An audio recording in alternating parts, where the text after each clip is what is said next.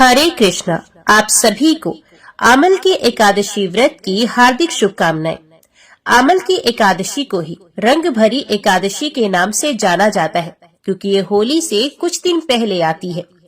आमल की एकादशी फाल्गुन मास के शुक्ल पक्ष में मनाई जाती है और इसे आंवला एकादशी भी कहा जाता है।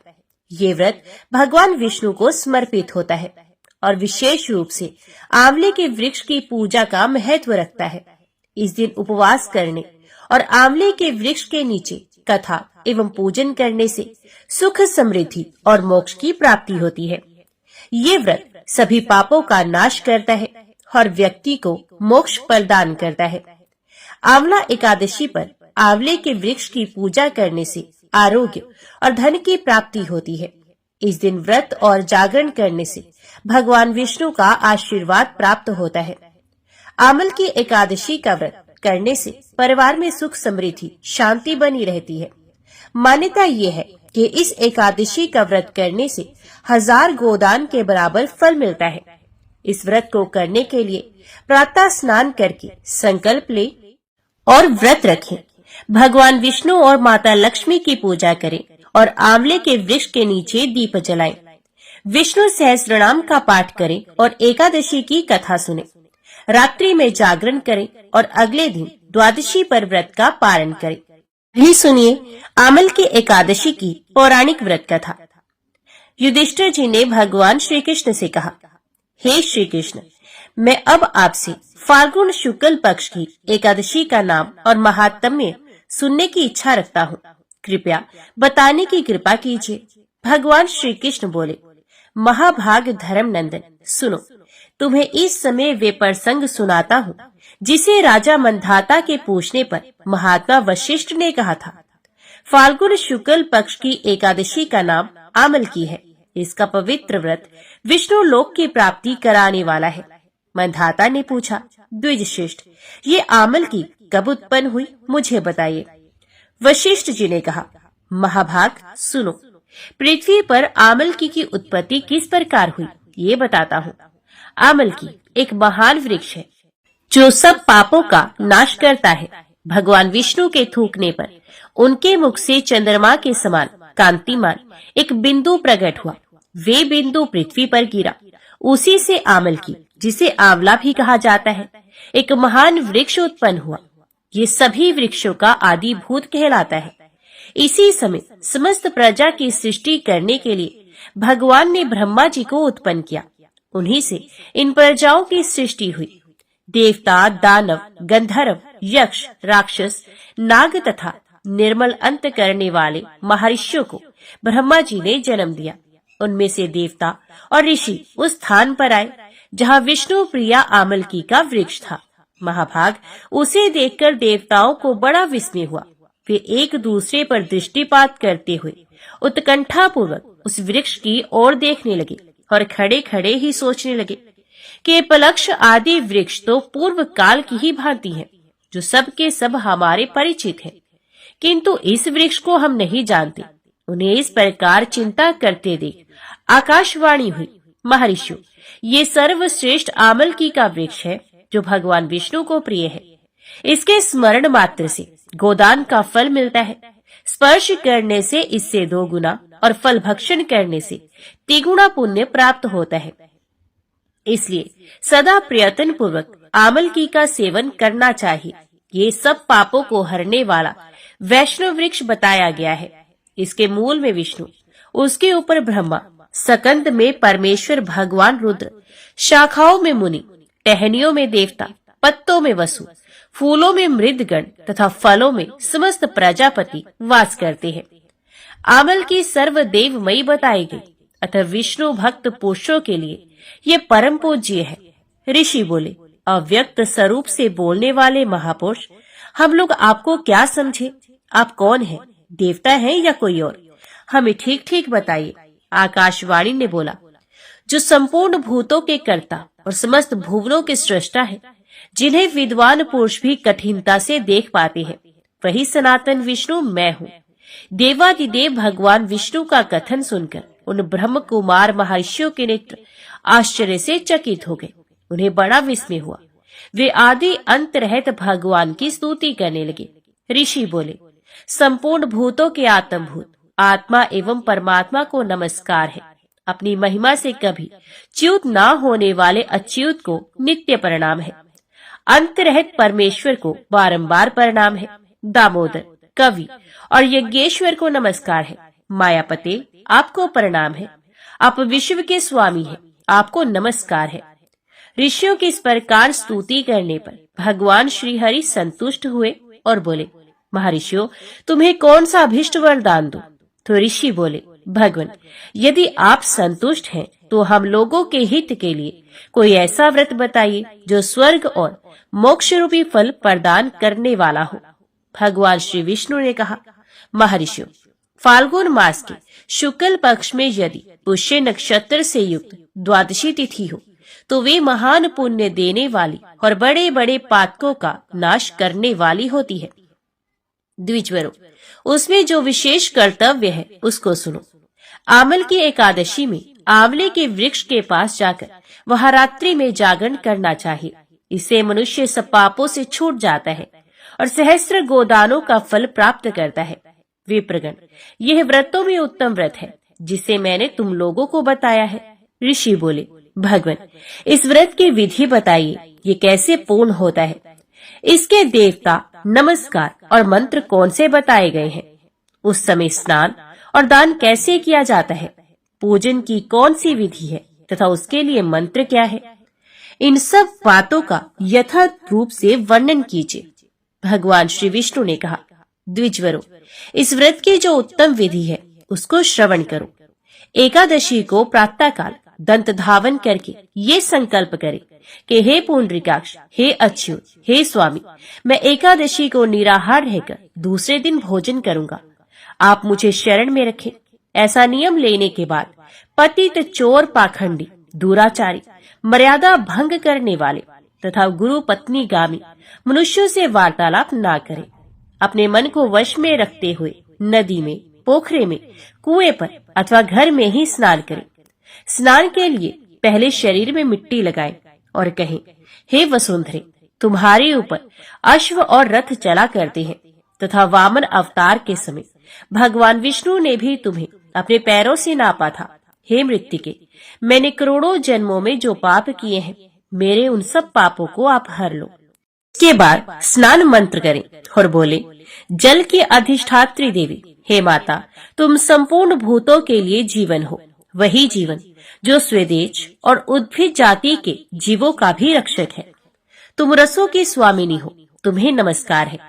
आज मैं संपूर्ण तीर्थों, कुंडों, झरनों, नदियों और देव संबंधी सरोवरों में स्नान कर चुका। मेरा ये स्नान उक्त सभी स्नानों का फल देने वाला हो। विद्वान पुरुष को चाहिए कि वे परशुराम जी की सोने की प्रतिमा बनाए। प्रतिमा अपनी शक्ति और धन के अनुसार एक या आधे मासे स्वर्ण की होनी चाहिए। स्नान के पश्चात घर आकर पूजा और हवन करे। इसके बाद सब प्रकार की सामग्री लेकर आंवले के वृक्ष के पास जाए। वह वृक्ष के चारों ओर की जमीन झाड़ बुहार कर, लीप पोत कर शुद्ध करे। शुद्ध की हुई भूमि में मंत्र पाठ पूर्वक जल से भरे हुए नवीन कलश की स्थापना करे। कलश में पंचरत्न और दिव्य गंध आदि छोड़ दे। श्वेत चंदन से युक्त उसको चर्चित करे। कंठ में फूल की माला पहनाए। सब प्रकार के धूप की सुगंध फैलाए। जलते हुए दीपकों की श्रेणी सजा कर रखे। तात्पर्य ये है कि सब ओर से सुंदर एवं मनोहर दृश्य उपस्थित करे। पूजा के लिए नवीन छाता, जूता और वस्त्र भी मंगा कर रखे। कलश के ऊपर एक पात्र रखकर उसे दिव्य खीलों से भर दे। फिर उसके ऊपर स्वर्ण में परशुराम जी की स्थापना करे। विश्वकाय नमः कहकर उनके चरणों की, विश्व रूपिणे नमः से दोनों घुटनों की, उग्राय नमः से जांघों की, दामोदराय नमः से कट भाग की, पद्मनाभाय नमः से उदर की, श्री वत्स धारिणे नमः से वक्ष स्थल की, चक्रणे नमः से बाईं बाह की, गदिने नमः से दाहिने बाह की, वैकुंठाय नमः से कंठ की, यज्ञ मुख्याय नमः से मुख की, विशोक निधेय नमः से नासिका की, वासुदेवाय नमः से नेत्रों की, वामनाय नमः से ललाट की, सर्वात्मने नमः से संपूर्ण अंगों तथा मस्तक की पूजा करें। यही पूजा के मंत्र है। तदंतर भक्ति युक्त चित्त से शुद्ध फल के द्वारा देवादिदेव परशुराम जी को अर्घ्य प्रदान करें। और अर्घ्य का मंत्र इस प्रकार है। हे देव देवेश्वर जमदग्नि नंदन श्री विष्णु स्वरूप परशुराम जी, आपको नमस्कार है, आपको नमस्कार है। आंवले के फल के साथ दिया हुआ मेरा ये अर्घ्य स्वीकार कीजिए, ग्रहण कीजिए प्रभु। तदंतर भक्ति युक्त चित्त से जागरण करें। नृत्य, संगीत, वाद्य, धार्मिक उपाख्यान तथा श्री विष्णु संबंधिनी कथा, वार्ता आदि के द्वारा वे रात्रि व्यतीत करें। उसके बाद भगवान विष्णु के नाम ले लेकर आमल के वृक्ष की परिक्रमा 108 या 28 बार करें। फिर सवेरा होने पर श्री हरि की आरती करें। ब्राह्मण की पूजा करके वहां की सब सामग्री उसे निवेदन कर दे। परशुराम जी का कलश, 2 वस्त्र, जूता आदि सभी वस्तुएं दान कर दे और ये भावना करे कि परशुराम जी के स्वरूप में भगवान विष्णु मुझ पर प्रसन्न हो। तत्पश्चात आमलकी का स्पर्श करके उसकी प्रदक्षिणा करे और स्नान करने के बाद विधि पूर्वक ब्राह्मणों को भोजन कराए। तदंतर कुटुंबियों के साथ बैठकर स्वयं भी भोजन करे। ऐसा करने से जो पुण्य होता है ये सब बताता हूँ, सुनो। संपूर्ण तीर्थों के सेवन से जो पुण्य प्राप्त होता है तथा सब प्रकार के दान देने से जो फल मिलता है वे सब उपर्युक्त विधि के पालन से सुलभ हो जाता है। समस्त यज्ञों की अपेक्षा भी अधिक फल मिलता है, इसमें तनिक भी संदेह नहीं है। ये व्रत सब व्रतों में उत्तम है, जिसका मैंने तुमसे पूरा पूरा वर्णन किया है। वशिष्ठ जी कहते हैं, महाराज, इतना कहकर देवेश्वर भगवान विष्णु वहीं अंतर्ध्यान हो गए। तत्पश्चात उन समस्त महर्षियों ने उक्त व्रत का पूर्ण रूप से पालन किया। राजन, इसी प्रकार तुम्हें भी इस व्रत का अनुष्ठान करना चाहिए। भगवान श्री कृष्ण कहते हैं, हे युधिष्ठिर, ये दुर्धर्ष व्रत मनुष्य को सब पापों से मुक्त करने वाला है। एक बार कार्तिकेय जी ने भगवान श्री शिव से पूछा, हे जगदीश्वर, मैं अन्यान्य फलों की पवित्रता के विषय में भी प्रश्न कर रहा हूँ। सब लोगों के हित के लिए ये बताइए कि कौन कौन से फल उत्तम है। तो भगवान श्री शंभु ने कहा, बेटा, आंवले का फल समस्त लोकों में प्रसिद्ध और परम पवित्र है। उसे लगाने पर स्त्री और पुरुष सभी जन्म मृत्यु के बंधन से मुक्त हो जाते हैं। ये पवित्र फल भगवान श्री विष्णु को प्रसन्न करने वाला एवं शुभ माना गया है। इसके भक्षण मात्र से मनुष्य सब पापों से मुक्त हो जाते हैं। आंवला खाने से आयु बढ़ती है, उसका जल पीने से धर्म संचय होता है और उसके द्वारा स्नान करने से दरिद्रता दूर हो जाती है तथा सब प्रकार के ऐश्वर्य प्राप्त होते हैं। कार्तिकेय, जिस घर में आंवला सदा मौजूद रहता है वह दैत्य और राक्षस नहीं जाते। एकादशी के दिन यदि एक ही आंवला मिल जाए तो उसके सामने गंगा, गया, काशी और पुष्कर आदि तीर्थ कोई विशेष महत्व नहीं रखते। जो दोनों पक्षों की एकादशी को आंवले से स्नान करता है उसके सब पाप नष्ट हो जाते हैं और वह श्री विष्णु लोक में सम्मानित होता है। षडानन, जो आंवले के रस से सदा अपने केश साफ करता है वे पुण्य माता के स्तन का दूध नहीं पीता। आंवले का दर्शन, स्पर्श तथा उसके नाम का उच्चारण करने से संतुष्ट होकर वरदायक भगवान श्री विष्णु अनुकूल हो जाते हैं। जहाँ आंवले का फल मौजूद होता है वहाँ भगवान श्री विष्णु सदा विराजमान रहते हैं तथा उस घर में ब्रह्मा एवं सुस्थिर लक्ष्मी का भी वास होता है। इसलिए अपने घर में आंवला अवश्य रखना चाहिए। जो आंवले का बना मुरब्बा एवं बहुमूल्य नैवेद्य अर्पण करता है उसके ऊपर भगवान श्री विष्णु बहुत संतुष्ट होते हैं। उतना संतोष उन्हें सैकड़ों यज्ञ करने पर भी नहीं हो सकता।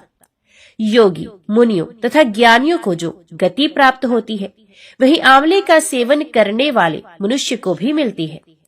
तीर्थों में वास एवं तीर्थ यात्रा करने से तथा नाना प्रकार के व्रतों से मनुष्य को जो गति प्राप्त होती है वही आंवले के फल का सेवन करने से भी मिल जाती है। प्रत्येक रविवार तथा विशेषत सप्तमी तिथि को आंवले का फल दूर से ही त्याग देना चाहिए। संक्रांति के दिन शुक्रवार को तथा षष्ठी, प्रतिपदा, नवमी और अमावस्या को आंवले का दूर से ही परित्याग करना उचित है। जिस मृतक के मुख, नाक, कान अथवा बालों में आंवले का फल हो, वे श्री विष्णु लोक को जाता है। आंवले के संपर्क मात्र से मृत व्यक्ति भगवत धाम को प्राप्त होता है। जो धार्मिक मनुष्य शरीर में आंवले का रस लगाकर स्नान करता है, उसे पद पद पर अश्वमेध यज्ञ का फल प्राप्त होता है। उसके दर्शन मात्र से जितने भी पापी जंतु हैं, वे भाग जाते हैं तथा कठोर एवं दुष्ट ग्रह पलायन कर जाते हैं।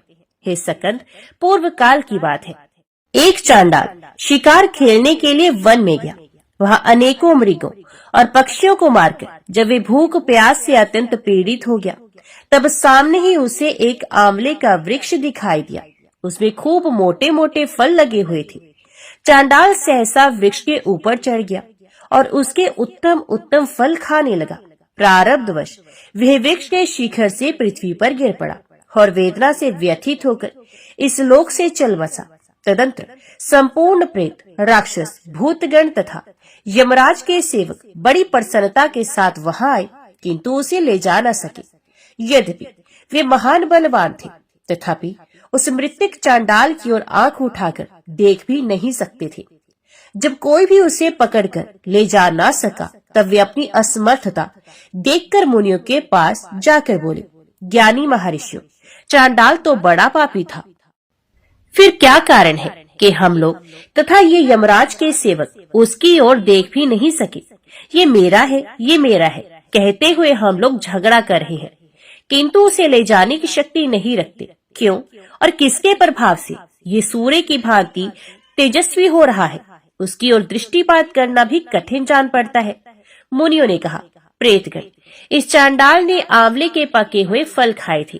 उसकी डाल टूट जाने से उसके संपर्क में ही इसकी मृत्यु हुई है। मृत्यु काल में भी इसके आसपास बहुत से फल बिखरे पड़े थे। इन्हीं सब कारणों से तुम लोगों का इसकी ओर देखना कठिन हो रहा है। इस पापी का आंवले से संपर्क रविवार या किसी और निषिद्ध वेला में नहीं हुआ है, इसलिए ये दिव्य लोक को प्राप्त हुआ है। प्रेत बोले, मुनीश्वरों, आप लोगों का ज्ञान उत्तम है, इसलिए हम आपसे एक प्रश्न पूछते हैं। जब तक यहाँ श्री विष्णु लोक से विमान नहीं आता, तब तक आप लोग हमारे प्रश्न का उत्तर दे दें। जहाँ वेदों और नाना प्रकार के मंत्रों का गंभीर घोष होता है, जहाँ पुराणों और स्मृतियों का स्वाध्याय किया जाता है, वहाँ हम एक क्षण के लिए भी नहीं ठहर सकते। यज्ञ, होम, जप तथा देव पूजा आदि शुभ कार्यों के सामने हमारा ठहरना असंभव है। इसलिए हमें ये बताइए कि कौन सा कर्म करके मनुष्य प्रेत योनियों को प्राप्त होते हैं। हमें ये सुनने की भी इच्छा है कि उनका शरीर विकृत क्यों कर दिया जाता है। ब्रह्मऋषियों ने कहा, जो झूठी गवाही देते तथा वध और बंधन से पड़कर मृत्यु को प्राप्त होते हैं, वे नरक में पड़े हुए जीव ही प्रेत होते हैं। जो ब्राह्मणों के दोष ढूंढने में लगे रहते हैं और गुरुजनों के शुभ कर्मों में बाधा पहुंचाते हैं तथा जो श्रेष्ठ ब्राह्मण को दिए जाने वाले दान में रुकावट डाल देते हैं, वे चिरकाल तक प्रेत योनि में पड़कर नरक से कभी उद्धार नहीं पाते। जो मूर्ख अपने और दूसरे के बैलों को कष्ट दे, उनसे बोझ ढोने का काम लेकर उनकी रक्षा नहीं करते, जो अपनी प्रतिज्ञा का त्याग करते, असत्य बोलते और व्रत भंग करते हैं तथा जो कमल के पत्ते पर भोजन करते हैं, वे सब इस पृथ्वी पर कर्म अनुसार प्रेत होते हैं। जो अपने चाचा और मामा आदि की सदाचारिणी कन्या तथा साध्वी स्त्री को बेच देते हैं, वे भूतल पर प्रेत होते हैं। प्रेतों ने पूछा, ब्राह्मणों, किस प्रकार और किस क्रम के आचरण से मनुष्य प्रेत नहीं होते हैं? तो ब्राह्मणों ने कहा, जिस बुद्धिमान पुरुष ने तीर्थों के जल में स्नान तथा शिव को नमस्कार किया है, वे मनुष्य प्रेत नहीं होता। जो एकादशी अथवा द्वादशी को उपवास करके विशेषित भगवान श्री विष्णु का पूजन करते हैं तथा जो वेदों के अक्षर, सूक्त, स्तोत्र और मंत्र आदि के द्वारा देवताओं के पूजन में संलग्न रहते हैं, उन्हें भी प्रेत नहीं होना पड़ता। पुराणों के धर्म युक्त दिव्य वचन सुनने, पढ़ने और पढ़ाने से तथा नाना प्रकार के व्रतों का अनुष्ठान करने और रुद्राक्ष धारण करने से जो पवित्र हो चुके हैं, एवं जो रुद्राक्ष की माला पर जप करते हैं वे प्रेत योनि को प्राप्त नहीं होते हैं। जो आंवले के फल के रस से स्नान करके प्रतिदिन आंवला खाया करते हैं तथा आंवले के द्वारा भगवान श्री विष्णु का पूजन भी करते हैं, वे कभी पिशाच योनि में नहीं जाते। प्रेत बोले, महर्षि, संतों के दर्शन से पुण्य होता है, इस बात को पौराणिक विद्वान जानते हैं। हमें भी आपका दर्शन हुआ, इसलिए आप लोग हमारा कल्याण कीजिए। धीर महात्माओं, जिस उपाय से हम सब लोगों को प्रेत योनि से छुटकारा मिले उसका उपदेश कीजिए। हम आप लोगों की शरण में आए हैं। ब्राह्मण बोले, हमारे वचन से तुम लोग आंवले का भक्षण कर सकते हो, वे तुम्हारे लिए कल्याणकारक ही होगा। उसके प्रभाव से तुम उत्तम लोक में जाने के योग्य बन जाओगे। महादेव जी कहते हैं, इस प्रकार ऋषियों से सुनकर पिशाच आंवले के वृक्ष पर चढ़ गए और उसका फल ले लेकर उन्होंने बड़ी मौज के साथ खाया। तब देवलोक से तुरंत ही एक पीले रंग का स्वर्ण में विमान उतरा जो परम शोभायमान था। पिशाचों ने उस पर आरूढ़ होकर स्वर्गलोक की यात्रा की। बेटा, अनेक व्रतों और यज्ञों के अनुष्ठान से भी जो अत्यंत दुर्लभ है, वही लोग उन्हें आंवले का भक्षण करने मात्र से मिल गया। कार्तिकेय जी ने पूछा, पिताजी, जब आंवले के फल का भक्षण करने मात्र से प्रेत पुण्यात्मा होकर स्वर्ग को चले गए, तब मनुष्य आदि जितने प्राणी हैं, वे भी आंवला खाने से क्यों नहीं तुरंत स्वर्ग में चले जाते? महादेव जी ने कहा, बेटा, स्वर्ग की प्राप्ति तो उन्हें भी होती है, किंतु तुरंत ऐसा ना होने में एक कारण है, उनका ज्ञान लुप्त रहता है। वे अपने हित और अहित की बात नहीं जानते, इसलिए आंवले के महत्व में उनकी श्रद्धा नहीं होती। जिस घर की मालकिन सहज ही काबू में न आने वाली पवित्रता और संयम से रह गुरुजनों द्वारा निकाली हुई तथा दुराचारिणी होती है, वह प्रेत रहा करते हैं। जो कुल और जाति से नीच, बल और उत्साह से रहित, बहरे, दुर्बल और दीन है, वे कर्म जनित पिशाच है। जो माता पिता, गुरु और देवताओं की निंदा करते हैं, पाखंडी और वाम मार्गी है। जो गले में फांसी लगाकर पानी में डूबकर, तलवार या छुरा भोंकर अथवा जहर खाकर आत्महत्या, आत्मघात कर लेते हैं, वे प्रेत होने के पश्चात इस लोक में चांडाल आदि योनियों के भीतर जन्म ग्रहण करते हैं।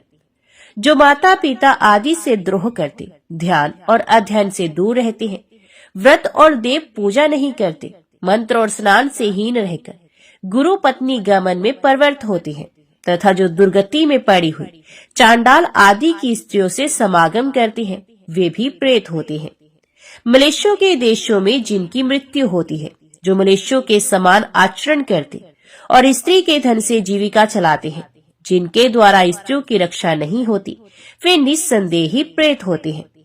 जो क्षुधा से पीड़ित, थके मांदे, गुणवान और पुण्य आत्मा अतिथि के रूप में घर पर आए हुए ब्राह्मण को लौटा देते हैं, उसका यथावत सत्कार नहीं करते। जो गोभक्षी मलेच्छों के हाथ गोएं बेच देती हैं, जो जीवन भर स्नान, संध्या, वेद पाठ, यज्ञ अनुष्ठान और अक्षर ज्ञान से दूर रहते हैं, जो लोग झूठे, शकोरे आदि शरीर के मलमूत्र तीर्थ भूमि में गिराते हैं, वे निस्संदेह प्रेत होते हैं। जो स्त्रियां पति का त्याग करके दूसरे लोगों के साथ रहती हैं, वे चिरकाल तक प्रेत लोक में निवास करने के पश्चात चांडाल योनि में जन्म लेती हैं। जो विषय और इंद्रियों से मोहित होकर पति को धोखा देकर स्वयं मिठाइयां उड़ाती हैं, वे पापचारिणी स्त्रियां चिरकाल तक इस पृथ्वी पर प्रेत होती हैं। जो मनुष्य बलपूर्वक दूसरे की वस्तुएं लेकर उन्हें अपने अधिकार में कर लेते हैं और अतिथियों का अनादर करते हैं, वे प्रेत होकर नरक में पड़े रहते हैं। इसलिए जो आंवला खाकर उसके रस से स्नान करते हैं, वे सब पापों से मुक्त होकर विष्णु लोक में प्रतिष्ठित होते हैं। अतः सब प्रकार से प्रयत्न करके तुम आंवले के कल्याण में फल का सेवन करो। जो इस पवित्र और मंगल में उपाख्यान का प्रतिदिन श्रवण करता है, वे संपूर्ण पापों से शुद्ध होकर भगवान श्री विष्णु के लोक में सम्मानित होता है। जो सदा ही लोगों में, विशेषत वैष्णवों में, आंवले के महात्म्य का श्रवण कराता है, ये भगवान श्री विष्णु के सायुज्य को प्राप्त होता है, ऐसा पौराणिकों का कथन है। ओम नमो भगवते वासुदेवाय नमः। आइए अब बड़े प्रेम से एकादशी माता और तुलसी माता की कथा को भी सुनते हैं। इन कथाओं को सुनने से ही एकादशी का व्रत पूर्ण माना जाता है। एक बूढ़ी माँ ने एक बार एकादशी माता का व्रत रखा। बड़ा ही भक्ति भाव से पूजा अर्चना की। उन्हें वृद्ध अवस्था में क्या बाधा थी, वे तो अपने पुत्र पौत्रों की सुख सुविधा के लिए व्रत रखने लगी थी। वे दिन भर तो जरा कठोर मन करके अपनी प्यास को रोके रही। दिन में पूजा पाठ किया, कथा सुनी और पंडित जी को मिट्टी के पात्र में भरकर पानी और ऋतु फल दान में दिए। दोड़ा भर के बूरा शक्कर वितरण किया। उन्हें गर्मी के कारण बहुत बेचैनी हो रही थी। इस कारण से बड़ी देर तक पानी में पड़ी रही और पानी के कुल्ला करती रही, अपना मुंह धोती रही। तब कहीं थोड़ा बहुत धैर्य बंध पाया। धूप तो बहुत तेज पड़ रही थी, इस कारण बार बार उनका मुंह सूख रहा था। बूढ़ी माँ बहुत बेचैन हो रही थी। एक तरफ बुढ़ापा और दूसरा ये भयंकर गर्मी। वृद्ध अवस्था की स्थिति तो कुछ दूसरी ही प्रकार की होती है। जैसे तैसे रो धो के दिन कट गया। अब पहाड़ सी रात सामने थी, उसका कटना बड़ा ही कठिन दिखाई दे रहा था। खटिया पर पड़े शांति नहीं मिल रही थी। वे बार बार करवट बदल रही थी। अनेक बार वे बाहर जाती और भीतर आती। उन्हें घर के अंदर शांति नहीं थी। वे पड़ी पड़ी एकादशी माता का स्मरण करती रही। वे कहती रही कि हे माता जी, आप मेरी लाज रखिएगा, आप ही मुझे शक्ति दीजिएगा, जिससे मैं भली भांति आपका व्रत पूरा कर सकूं और ये पहाड़ सी रात शांति पूर्वक व्यतीत हो सके। प्यास के कारण बूढ़ी माँ की बेचैनी तो बढ़ ही रही थी। उन्होंने धैर्य रखने का बहुत प्रयास किया, किंतु सहनशीलता की सीमा टूट गई और वे घबराकर एकदम चिल्ला पड़ी और बोली कि बचाओ बचाओ। अम्मा का चिल्लाना सुनकर परिवार भर के नर नारी, बच्चे और पड़ोसी एकत्रित होकर बूढ़ी अम्मा की खटिया के समीप पहुंच गए। सबने पूछा कि अम्मा जी, आपको क्या हुआ, आप क्यों चिल्ला रही हो? आप इस वृद्ध अवस्था में ये कठिन व्रत क्यों कर रही हैं? अम्मा जी की शक्ति से ही भक्ति होती है। थोड़ी ही देर में वे फिर से बोली, अरे हमारे तो प्राण ही निकले जा रहे हैं। मेरी छाती पर ठंडे पानी का घड़ा रख दीजिए। नातिया ने दादी की छाती पर ठंडे पानी का पात्र रख दिया। तब कहीं उन्हें थोड़ा बहुत आराम मिला और थोड़ी देर के लिए उन्होंने अपनी आंखें बंद कर ली। एकादशी माता ने सोचा कि ये बूढ़ी अम्मा है तो बहुत कठोर, जरा जाकर उसकी परीक्षा लेनी चाहिए। वे आधी रात को मुर्गा बनकर टेर लगाने लगी। मुर्गे की आवाज सुनकर दादी झट से उठी और बाहर जाकर आसमान की ओर देखा, किंतु आसमान में कहीं उन्हें प्रातःकालीन तारा दिखाई नहीं दिया। तो वे सोचने लगी कि ये मुर्गा क्यों और कैसे बोल रहा है। उन्हें प्यास तो लगी रही थी। थोड़ा बहुत उनका मन भी विचलित होने लगा, किंतु अंत में उन्होंने दृढ़ निश्चय किया कि मैं अब व्रत को पूर्ण करके ही छोड़ूंगी, चाहे भले ही मेरे प्राण क्यों न निकल जाए। ये सोचकर फिर वे खटिया पर शिथिल होकर लेट गई। थोड़ी ही देर में एकादशी माता ने उनकी फिर से परीक्षा लेनी चाहिए। एक छोटी सी बालिका के रूप में एक गिलास में शरबत लेकर उनके सिरहाने खड़ी हो गई और जोर से बोली, दादी जी, सवेरा हो गया है, अब हाथ मुंह धोकर शरबत पी लीजिए। पहले तो शरबत का गिलास देकर उनका मन ललचा गया, किंतु अचानक व्रत का स्मरण हो आया और उन्होंने सोचा कि मैं किसी भी प्रकार से अभी शरबत नहीं पी सकती और वे शांति पूर्वक अपनी खटिया पर लेट गई। फिर थोड़ी ही देर में उन्हें ऐसा लगा जैसे कि किसी ने उन्हें पानी के कुएं में पटक दिया हो। ये बड़ी देर तक उस कुएं में हाथ पांव चलाती रही, किंतु उन्होंने अपने मुंह में पानी की एक बूंद भी नहीं जाने दी और वे दृढ़ता पूर्वक अपना व्रत पालन करती रही। थोड़ी ही देर में ना जाने कहां से सामने आग जलने लगी, जिससे भारी गर्मी बढ़ने लगी। प्यास के कारण प्राण निकलने लगे, किंतु बूढ़ी अम्मा का कुछ भी नहीं बिगाड़ पाया। वे जहाँ की तहाँ मुस्कुराती हुई सी बैठी रही और थोड़ी ही देर में बाहर प्रकाश दिखाई देने लगा। ऐसा लगा कि जैसे सवेरा हो गया हो। बूढ़ी अम्मा ने जब बाहर निकल कर देखा तो वे समझ गई कि अभी सवेरा होने में 3-4 घंटे की देरी है। ये जानकर वे शांति पूर्वक इधर उधर घूमने फिरने लगी। एकादशी माता ये बात अच्छी तरह से समझ गई कि ये बूढ़ी अम्मा किसी भी प्रकार से अपने व्रत से नहीं टल सकती। वे उनके सत्य व्रत को अच्छी तरह से समझ गई। सवेरा होते ही बूढ़ी माता ने स्नान किया, भगवान का पूजा पाठ किया एकादशी माता की कथा सुनी, ब्राह्मणों को दक्षिणा देकर भोजन कराया, तब कहीं उन्होंने जल ग्रहण किया। कन्याओं को भोजन कराने के बाद अम्मा ने स्वयं भोजन किया। उस श्रेष्ठ व्रत के प्रताप से बूढ़ी अम्मा की आयु में वृद्धि हो गई। उनका घर परिवार हरा भरा हो गया। घर में अब उनके कोई अभाव नहीं रहा था। ये हर तरह के सुख साधनों से संपन्न हो गई। नाती नातिन से उनका घर भर गया और वे उसी दिन से 12 महीने की एकादशी का व्रत करने लगी। एकादशी माता के व्रत के प्रताप से इस संसार में हर प्रकार के सुख होकर अंत में वैकुंठ धाम को चले गई। जैसे एकादशी माता ने बूढ़ी माता और उनके परिवार को हरा भरा किया, ऐसे ही एकादशी माता हम सभी की मनोकामनाओं को पूर्ण करे। तो बोलिए श्री लक्ष्मी नारायण भगवान की जय। एकादशी भगवान विष्णु की साक्षात शक्ति है, जिस शक्ति ने उस असुर का वध किया है, जिससे भगवान भी जीत पाने में असमर्थ थे। उस शक्ति के आगे मनुष्य के पाप रूपी असुर भला कैसे टिक सकता है। जिस शक्ति ने देवताओं के कष्ट को हरकर उन्हें सुख दिया, वे प्राणी मात्र को क्या नहीं दे सकती। सुख, शांति, समृद्धि और मोक्ष समस्त सुख सहज ही प्राप्त हो जाते हैं। 11 माता की भक्ति में इतनी शक्ति है कि जिसके प्रभाव से मनुष्य को सहज ही सभी प्रकार के सुख प्राप्त हो जाते हैं और अंत समय में मोक्ष की भी प्राप्ति होती है। एकादशी माता की कथा के अनुसार प्राचीन समय की बात है। सतयुग में मुर नामक दानव रहता था। वे बड़ा ही अद्भुत, अत्यंत रौद्र तथा संपूर्ण देवताओं के लिए भयंकर था। उस काल रूपधारी दुरात्मा महाअसुर ने इंद्र को भी जीत लिया था। संपूर्ण देवता उससे परास्त होकर स्वर्ग से निकाले जा चुके थे और शंकित तथा भयभीत होकर पृथ्वी पर विचरा करते थे। एक दिन सब देवता महादेव जी के पास गए। वह इंद्र ने भगवान शिव के आगे सारा हाल कह सुनाया। इंद्र बोले, महेश्वर, ये देवता स्वर्गलोक से भ्रष्ट होकर पृथ्वी पर विचर रहे हैं। मनुष्यों में रहकर इनकी शोभा नहीं होती। देव, कोई उपाय बताइए। देवता किसका सहारा ले? महादेव जी ने कहा, देवराज, जहाँ सबको शरण देने वाले, सबकी रक्षा में तत्पर रहने वाले जगत के स्वामी भगवान गरुड़ ध्वज विराजमान है, वहाँ जाओ। वे तुम लोगों की रक्षा करेंगे। भगवान श्री कृष्ण कहते हैं, युधिष्ठिर, महादेव जी की बात सुनकर परम बुद्धिमान देवराज इंद्र संपूर्ण देवताओं के साथ वहां गए। भगवान गदाधर क्षीर सागर के जल में सो रहे थे। उनका दर्शन करके इंद्र ने हाथ जोड़कर स्तुति आरंभ की। इंद्र बोले, देव देवेश्वर, आपको नमस्कार है।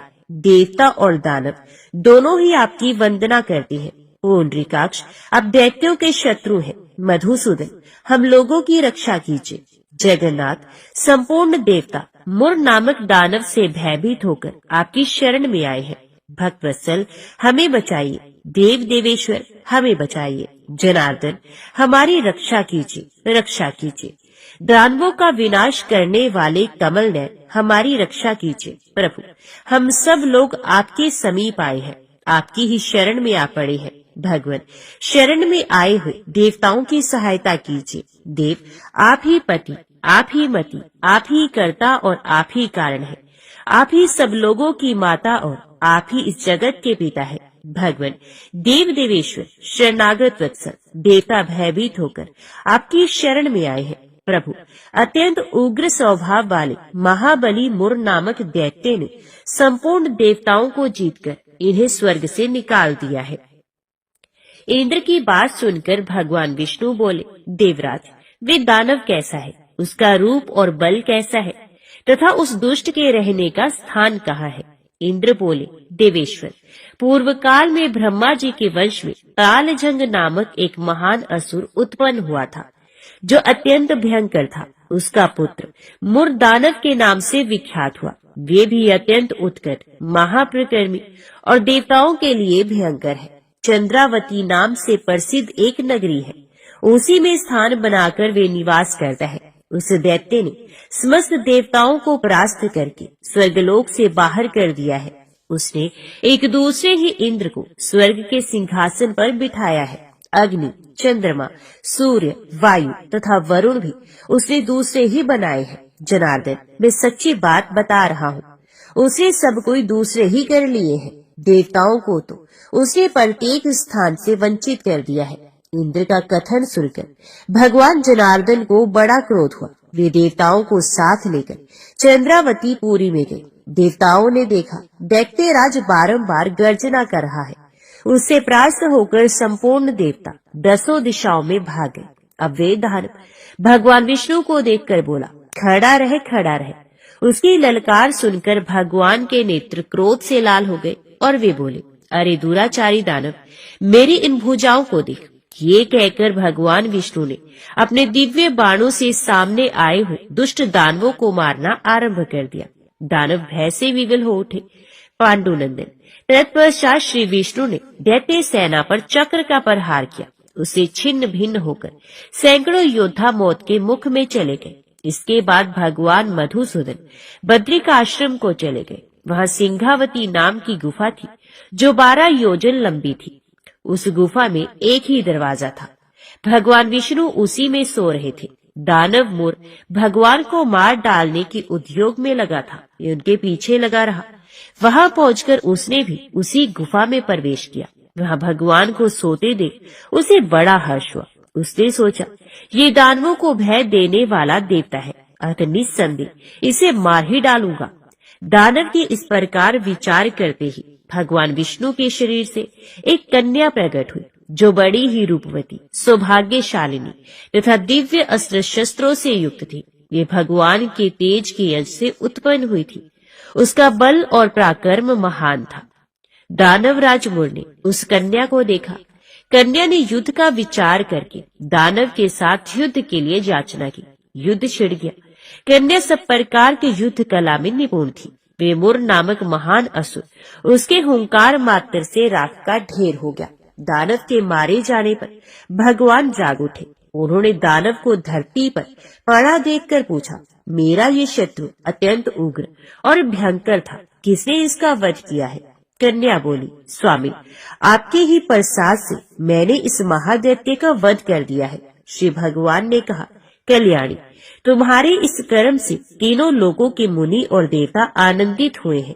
अतः तुम्हारे मन में जैसी रुचि हो उसके अनुसार मुझसे कोई वर मांगो। देव दुर्लभ होने पर भी वे वर मैं तुम्हें दूंगा, इसमें तनिक भी संदेह नहीं। वे कन्या साक्षात एकादशी ही थी। उसने कहा, प्रभु, यदि आप प्रसन्न हैं तो मैं आपकी कृपा से सब तीर्थों में प्रधान, समस्त विघ्नों का नाश करने वाली तथा सब प्रकार की सिद्धि देने वाली देवी हूँ। जनार्दन, जो लोग आप में भक्ति रखते हुए मेरे दिन को उपवास करेंगे उन्हें सब प्रकार की सिद्धि प्राप्त हो।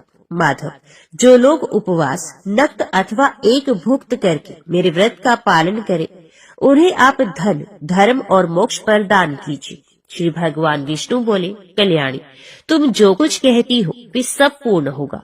भगवान श्री कृष्ण कहते हैं, युधिष्ठिर, ऐसा वर पाकर महाव्रता एकादशी बहुत प्रसन्न हुई।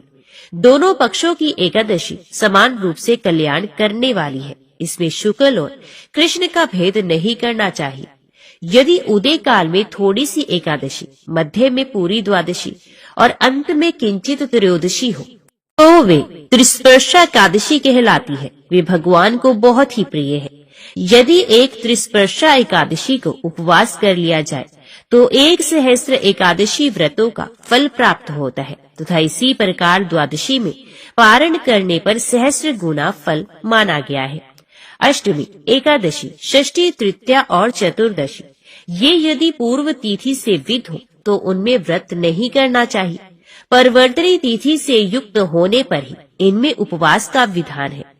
पहले दिन में और रात में भी एकादशी हो तथा दूसरे दिन केवल प्रातःकाल एक दंड एकादशी रहे तो पहली तिथि का परित्याग करके दूसरे दिन की द्वादशी युक्त एकादशी को ही उपवास करना चाहिए। ये विधि मैंने दोनों पक्षों की एकादशी के लिए ही बताई है। जो मनुष्य एकादशी को उपवास करता है वे वैकुंठ धाम में, जहाँ साक्षात भगवान गरुड़ ध्वज विराजमान है, वहाँ जाता है। जो मानव हर समय एकादशी के महात्म्य का पाठ करता है उसे सहस्त्र गोदानों के पुण्य का फल प्राप्त होता है। जो दिन या रात में भक्ति पूर्वक इस महात्म्य का श्रवण करते हैं वे निस्संदेह ब्रह्म हत्या आदि पापों से मुक्त हो जाते हैं। एकादशी के समान पाप नाश व्रत दूसरा कोई नहीं है। सब प्रेम से बोलो, लक्ष्मी नारायण भगवान की जय, राधा कृष्ण भगवान की जय, एकादशी माता की जय। अभी श्रवण कीजिए उसी महात्म्य की कथा। कार्तिकेय जी ने महादेव जी से कहा, हे भगवान, मैं ये सुनना चाहता हूँ कि कौन सा ऐसा वृक्ष है जिसका पत्ता और फूल भी मोक्ष प्रदान करने वाला है।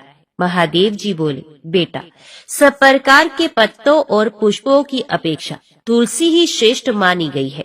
वे परम मंगलमयी, समस्त कामनाओं को पूर्ण करने वाली, शुद्ध, श्री विष्णु को अत्यंत प्रिय तथा वैष्णवी नाम धारण करने वाली है। वे संपूर्ण लोक में श्रेष्ठ, शुभ तथा भोग और मोक्ष प्रदान करने वाली है। भगवान श्री विष्णु ने पूर्व काल में संपूर्ण लोकों का हित करने के लिए तुलसी का वृक्ष रोपा था। तुलसी के पत्ते और पुष्प सब धर्मों में प्रतिष्ठित हैं। जैसे भगवान श्री विष्णु को लक्ष्मी और मैं दोनों प्रिय हैं, उसी प्रकार ये तुलसी देवी भी परम प्रिय है। हम तीन के सिवा कोई चौथा ऐसा नहीं जान पड़ता जो भगवान को इतना प्रिय हो। तुलसी दल के बिना दूसरे दूसरे फूलों, पत्तों तथा चंदन आदि के लेपों से भगवान श्री विष्णु को उतना संतोष नहीं होता। जिसने तुलसी दल के द्वारा पूर्ण श्रद्धा के साथ प्रतिदिन भगवान श्री विष्णु का पूजन किया है, उसने दान, होम, यज्ञ और व्रत आदि सब पूर्ण कर लिए। तुलसी दल से भगवान की पूजा कर लेने पर कांति, सुख, भोग सामग्री, यश, लक्ष्मी, श्रेष्ठ कुल, शील, पत्नी, पुत्र, कन्या, धन, राज्य, आरोग्य, ज्ञान, विज्ञान, वेद, वेदांग, शास्त्र, पुराण, तंत्र और संहिता सब कुछ मैं कर्त लगत समझता हूँ। जैसे पुण्य सलीला गंगा मुक्ति प्रदान करने वाली है, उसी प्रकार ये तुलसी भी कल्याण करने वाली है। सकल यदि मंजरी युक्त तुलसी पत्रों के द्वारा भगवान श्री विष्णु की पूजा की जाए तो उसके पुण्य फल का वर्णन करना असंभव है। जहाँ तुलसी का वन है वहीं भगवान श्री कृष्ण की समीपता है तथा वहीं ब्रह्मा और लक्ष्मी जी भी संपूर्ण देवताओं के साथ विराजमान है। इसलिए अपने निकटवर्ती स्थान में तुलसी देवी को रोपकर उनकी पूजा करनी चाहिए। तुलसी के निकट जो स्तोत्र मंत्र आदि का जप किया जाता है वे सब अनंत गुना फल देने वाला होता है। प्रेत, पिशाच, कुष्मांड, भ्रम राक्षस, भूत और दैत्य आदि सब तुलसी के वृक्ष से दूर भागते हैं। ब्रह्म हत्या आदि पाप तथा पाप और खोटे विचार से उत्पन्न होने वाले रोग ये सब तुलसी वृक्ष के समीप नष्ट हो जाते हैं। जिसने श्री भगवान की पूजा के लिए पृथ्वी पर तुलसी का बगीचा लगा रखा है उसे उत्तम दक्षिणाओं से 100 यज्ञों का विधिवत अनुष्ठान पूर्ण कर लिया है। जो श्री भगवान की प्रतिमाओं तथा शालिग्राम शिलाओं पर चढ़े हुए तुलसी दल को प्रसाद के रूप में ग्रहण करता है वे श्री विष्णु के सायुज्य को प्राप्त होता है। जो श्री हरि की पूजा करके उन्हें निवेदन किए हुए तुलसी दल को अपने मस्तक पर धारण करता है वे पाप से शुद्ध होकर स्वर्गलोक को प्राप्त होता है। कलयुग में तुलसी का पूजन, कीर्तन, ध्यान, रोपण और धारण करने से वे पाप को जलाती और स्वर्ग एवं मोक्ष प्रदान करती है।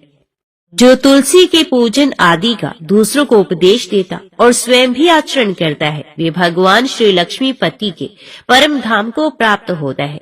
जो वस्तु भगवान श्री विष्णु को प्रिय जान पड़ती है वे मुझे भी अत्यंत प्रिय है।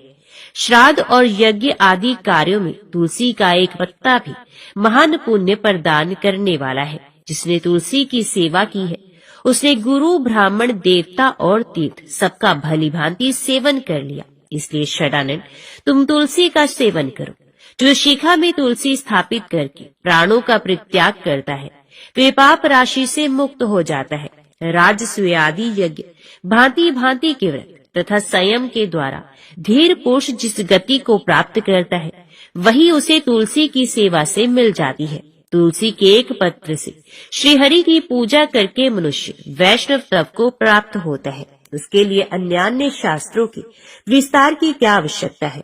जिसने तुलसी की शाखा तथा कोमल पत्तियों से भगवान श्री विष्णु की पूजा की है, वे कभी माता का दूध नहीं पीता, उसका पुनर्जन्म नहीं होता।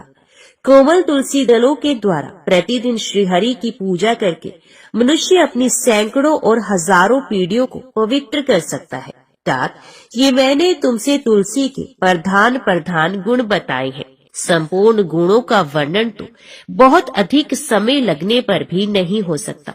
ये उपाख्यान पुण्य राशि का संचय करने वाला है। जो प्रतिदिन इसका श्रवण करता है, वे पूर्व जन्म के किए हुए पाप तथा जन्म मृत्यु के बंधन से मुक्त हो जाता है। बेटा, इस अध्याय के पाठ करने वाले पुरुष को कभी रोग नहीं सताते, अज्ञान उसके निकट नहीं आता, उसकी सदा विजयी होती है। शिष्यों ने कहा, नाथ, ब्रह्मवेताओं में श्रेष्ठ, आपने पूर्व काल में ब्रह्मा जी के मुख से तुलसी जी के जिस स्तोत्र का श्रवण किया था, उसको हम आपसे सुनना चाहते हैं। तो शतानंद जी बोले, शिष्यगण, तुलसी का नाम उच्चारण करने पर असुरों का दर्प दलन करने वाले भगवान श्री विष्णु प्रसन्न होते हैं। मनुष्य के पाप नष्ट हो जाते हैं तथा उससे अक्षय पुण्य की प्राप्ति होती है, जिसके दर्शन मात्र से करोड़ों गोदान का फल होता है। उस तुलसी का पूजन और वंदन लोग क्यों न करें। कलयुग के संसार में वे मनुष्य धन्य हैं, जिनके घर में शालिग्राम शिला का पूजन संपन्न करने के लिए प्रतिदिन तुलसी का वृक्ष भूतर पर लहलहाता रहता है। जो कलयुग में भगवान श्री केशव की पूजा के लिए पृथ्वी पर तुलसी का वृक्ष लगाते हैं, उन पर यदि यमराज अपने किंकरों सहित रुष्ट हो जाए तो भी ये उनका क्या कर सकते हैं। हे तुलसी, तुम अमृत से उत्पन्न हो और केशव को सदा ही प्रिय हो। हे कल्याणी, मैं भगवान की पूजा के लिए तुम्हारे पत्तों को चुनता हूँ, तुम मेरे लिए वरदायिनी बनो। तुम्हारे श्रीअंगों से उत्पन्न होने वाले पत्रों और मंजरियों द्वारा मैं सदा ही जिस प्रकार श्री हरि का पूजन कर सकूं, वैसा उपाय करो। पवित्रांगी तुलसी, तुम कली मल का नाश करने वाली हो। इस भाव के मंत्रों से जो तुलसी दलों को चुनकर उनसे भगवान वासुदेव का पूजन करता है, उसकी पूजा का करोड़ों गुना फल होता है। देवेश्वरी, बड़े बड़े देवता भी तुम्हारे प्रभाव का गायन करते हैं। मुनि, सिद्ध, गंधर्व, पाताल निवासी, साक्षात नागराज शेष तथा संपूर्ण देवता भी तुम्हारे प्रभाव को नहीं जानते। केवल भगवान श्री विष्णु ही तुम्हारी महिमा को पूर्ण रूप से जानते हैं। जिस समय क्षीर समुन्दर के मंथन का उद्योग प्रारंभ हुआ था, उस समय श्री विष्णु के अनंतांश से तुम्हारा प्रादुर्भाव हुआ था। पूर्व काल में श्री हरि ने तुम्हें अपने मस्तक पर धारण किया था। देवी, उस समय श्री विष्णु के शरीर का संपर्क पाकर तुम परम पवित्र हो गई थी। तुलसी, मैं तुम्हें प्रणाम करता हूँ। तुम्हारे श्री अंग से उत्पन्न पत्रों द्वारा जिस प्रकार श्री हरि की पूजा कर सकूं, ऐसी कृपा करो जिससे मैं निर्विघ्नता पूर्वक परम गति को प्राप्त हूँ। साक्षात श्री कृष्ण ने तुम्हें गोमती तट पर लगाया और बढ़ाया था। वृंदावन में विचरते समय उन्होंने संपूर्ण जगत और गोपियों के हित के लिए तुलसी का सेवन किया। जगत प्रिया तुलसी, पूर्व काल में वशिष्ठ जी के कथन अनुसार श्री रामचंद्र जी ने भी राक्षसों का वध करने के उद्देश्य से सरयू के तट पर तुम्हें लगाया था। तुलसी देवी, मैं तुम्हें प्रणाम करता हूँ। श्री रामचंद्र जी से वियोग हो जाने पर अशोक वाटिका में रहते हुए जनक किशोरी सीता ने तुम्हारा ही ध्यान किया था, जिससे उन्हें पुनः अपने प्रियतम का समागम प्राप्त हुआ। पूर्व काल में हिमालय पर्वत पर भगवान शंकर की प्राप्ति के लिए पार्वती देवी ने तुम्हें लगाया और अपनी अभीष्ट सिद्धि के लिए तुम्हारा सेवन किया था। तुलसी देवी, मैं तुम्हें नमस्कार करता हूँ। संपूर्ण देवांगनाओं और किन्नरों ने भी दुस्वप्न का नाश करने के लिए नंदन वन में तुम्हारा सेवन किया था। देवी, तुम्हें मेरा नमस्कार है। धर्म आरण्य गया में साक्षात पितरों ने तुलसी का सेवन किया था। दंडकारण्य में भगवान श्री रामचंद्र जी ने अपने हित साधन की इच्छा से परम पवित्र तुलसी का वृक्ष लगाया तथा लक्ष्मण और सीता ने भी बड़ी भक्ति के साथ उसे पोसा था। जिस प्रकार शास्त्रों में गंगा जी को त्रिभुवन व्यापिनी कहा गया है, उसी प्रकार तुलसी देवी भी संपूर्ण चराचर जगत में दृष्टि गोचर होती है। तुलसी का ग्रहण करके मनुष्य पातकों से मुक्त हो जाता है और तो और मुनीश्वरों, तुलसी के सेवन से ब्रह्म हत्या भी दूर हो जाती है। तुलसी के पत्ते से टपकता हुआ जल जो अपने सर पर धारण करता है, उसे गंगा स्नान और 10 गोदान का फल प्राप्त हो जाता है। देवी मुझ पर प्रसन्न हो जाओ, देवेश्वरी हरि प्रिय मुझ पर प्रसन्न हो जाओ। क्षीर सागर के मंथन से प्रकट हुई तुलसी देवी, मैं तुम्हें प्रणाम करता हूँ। द्वादशी की रात्रि में जागरण करके जो इस तुलसी स्तोत्र का पाठ करता है, भगवान श्री विष्णु उसके 32 अपराध क्षमा करते हैं। बाल्यावस्था, कुमार अवस्था, जवानी और बुढ़ापे में जितने पाप किए होते हैं, वे सब तुलसी स्तोत्र के पाठ से नष्ट हो जाते हैं। तुलसी के स्तोत्र से संतुष्ट होकर भगवान सुख और अभ्युदय प्रदान करते हैं। जिस घर में तुलसी का स्तोत्र लिखा हुआ विद्यमान रहता है, उसका कभी अशुभ नहीं होता, उसका सब कुछ मंगलमय होता है, किंचित भी अमंगल नहीं होता। उसके लिए सदा सुकाल रहता है। वे घर प्रचुर धन धान्य से भरा रहता है। तुलसी स्तोत्र का पाठ करने वाले मनुष्य के हृदय में भगवान श्री विष्णु के प्रति अविचल भक्ति होती है तथा उसका वैष्णवों से कभी वियोग नहीं होता। इतना ही नहीं, उसकी बुद्धि कभी अधर्म में प्रवृत्त नहीं होती। जो द्वादशी की रात्रि में जागरण करके तुलसी स्तोत्र का पाठ करता है, उसे करोड़ों तीर्थों के सेवन का फल प्राप्त होता है। प्रेम से बोलो तुलसी माता की जय, लक्ष्मी नारायण भगवान की जय, राधा कृष्ण भगवान की जय। आइए अब श्रवण करते हैं भगवान विष्णु की आरती। ओम जय जगदीश हरे, स्वामी जय जगदीश हरे। भक्त जनों के संकट, दास जनों के संकट क्षण में दूर करे। ओम जय जगदीश हरे। जो ध्यावे फल पावे, दुख बिन से मन का, स्वामी दुख बिन से मन का। सुख संपत्ति घर आवे, कष्ट मिटे तन का।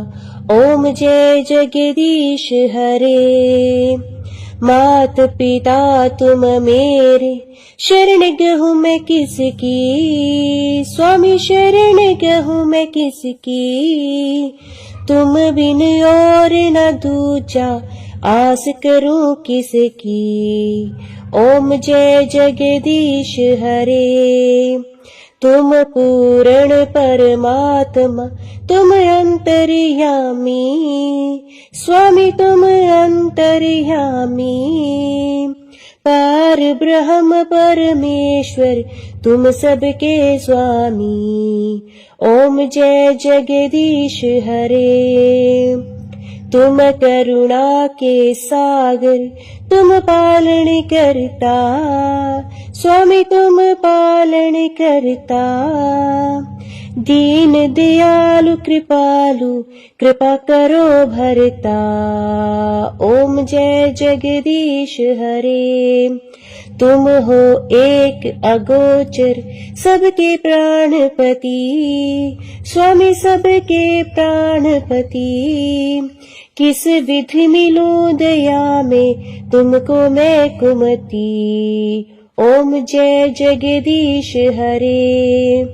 दीन बंधु दुख हरता, तुम रक्षक मेरे, स्वामी तुम रक्षक मेरे। करुणा हस्त बढ़ाओ, शरण पड़ूं मैं तेरे। ओम जय जगदीश हरे। विषय विकार मिटावो, पाप हरो देवा, स्वामी पाप हरो देवा। श्रद्धा भक्ति बढ़ाओ, संतन की सेवा। ओम जय जगदीश हरे। ओम जय जगदीश हरे। स्वामी जय जगदीश हरे। भक्त जनों के संकट, दास जनों के संकट क्षण में दूर करे। ओम जय जगदीश हरे। सब प्रेम से बोलो लक्ष्मी नारायण भगवान की जय, राधा कृष्ण भगवान की जय।